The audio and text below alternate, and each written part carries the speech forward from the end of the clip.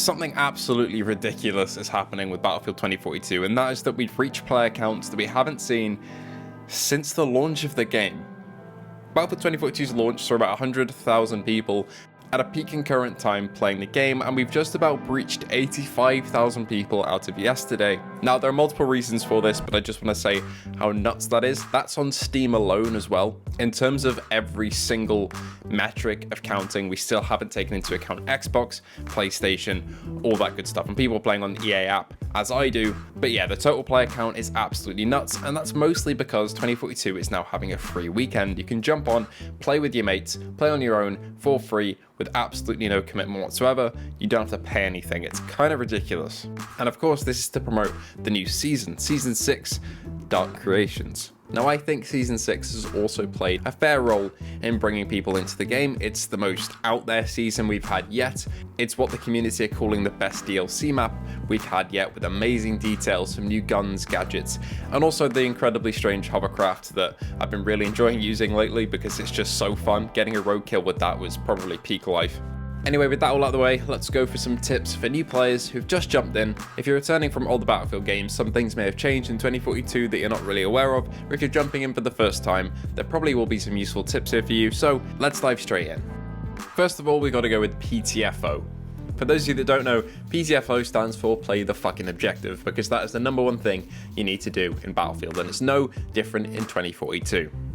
Even on the grindy maps like Locker, Metro, and now onto Redacted, you still need to play the objective and get yourself on the point if you're playing Conquest, Breakthrough, and all that good stuff. Nobody really likes a person that sits at the back of the map, getting 1 in every 100 sniper shots, and not really giving anything to the team.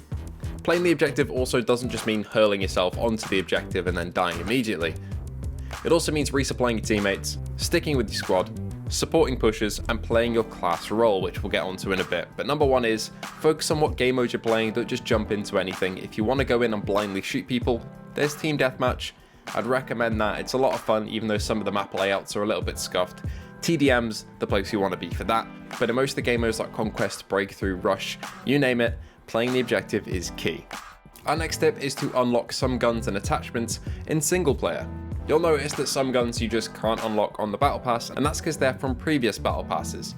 Similarly, there are some guns locked with a Battlefield 3 or Battlefield Bad Company 2 or 1942 symbol. These are vault guns, and they have to be unlocked the same way that all the Battle Pass guns do, with challenges done in multiplayer. However, what some people don't know is you can jump into a single player game of Conquest with bots or Breakthrough with bots and grind through those to unlock guns. This is the way that I've done them to unlock vault weapons quickly to make videos on them when they came out. So if you're seeing this long list of guns with loads of different requirements to unlock them, these are a lot easier when you just jump into single player. Same goes for attachments too. If you like the look of an extended mag but don't really want to have to spend so long grinding in multiplayer to get it, you can just go into single player and do it there. The same goes for some Portal experiences too, except there's one exception here. In single player, weekly missions don't work. You cannot progress through weekly missions in single player games, but if you go into Portal games with bots, you can progress your weekly missions. So if you're feeling like you want to catch up on the grind a little bit, jump into Portal and go through and do your weekly missions there, because it'll make your life a whole lot easier. On top of that, my advice is try Portal. Portal is one of the most underutilized things in 2042, unfortunately, in terms of content, but it still has a lot to offer. Whether you want to jump into 1942 and get immersed in some World War II action, or jump into Bad Company 2 to try those weapons, or Battlefield 3 to revisit some of your favorite Battlefield 3 maps, all 2 of them, I guess, Portal is your place for all that. Have a look on Twitter and see if any Battlefield creators are hosting any Portal events, because we have some that go around every week and some every month. These can involve really wacky game modes that are incredibly fun, or just normal Conquest with a community that gets together every Sunday. There are also official game modes on weekly rotation in Portal, and usually these are pretty populated, especially now. I'm willing to bet they'll be quite populated, so give those a go too. Next up, this is a tip for people who are going to stick around after the free weekend's done. I mean, the game is on sale right now, so if you do decide to pick it up, chances are you'll see in rotation of Conquest there is Exodus Conquest. Try this game mode out, because I think it is the best representation of Conquest in 2042. In my opinion, 128 Conquest is a great visual spectacle, but for the best gameplay, Exodus Conquest is your best friend, because it is 64-player Conquest on the best Portal maps and the best maps in base 2042. Also, of course, it's 64 players, so a reduced player count equals more freedom for you without getting shot from 360 degrees around you. So yeah, try out Axis Conquest if you happen to pick up the game after, because I don't believe it is in rotation this week, which kind of sucks, but if you do happen to pick up the game, yeah, try that one out. Also, try Hazard Zone. This mode was kind of left to die when the game launched, but it's had a few quality of life updates and I now think it is quite fun. There are a couple of trophies linked to it that I'd recommend getting if you want 100% the game, and a couple of calling cards and different lines for your character to put on your calling card ID. And on top of that, Hazard Zone is also just a lot of fun with the squad.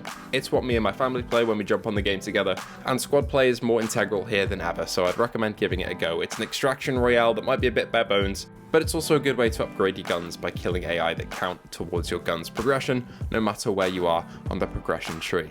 And finally, experiment with classes. Whether it's supporting your team with ammo crates, taking down tanks as engineer, zipping up to high places and making big pushes as assault, or doing recon for your team as scout, there's a role for everybody in Battlefield and I recommend trying out each of them if you don't know what's fit for you. These roles are very flexible. I've had a lot of fun experimenting with every single class in the game. I'm primarily an assault player. I've got most of my 900 hours in the game as assault, to be honest, but it's always fun to try out the others, and you'll never know what you like the most if you don't try all of them, so I'd recommend doing that for sure. But there we have it, my best advice for new people coming into Battlefield 2042 on this free weekend. It's absolutely incredible seeing how many people are on the game right now, and it's also making matchmaking times incredibly quick. They were never long before, but now, especially with Hazard Zone, with so many people jumping into that, it's really nice to get a game incredibly quickly. But anyway, thank you all for watching. Hope you did enjoy. If you did, feel free to like and subscribe, and I hope to see you all in the next video.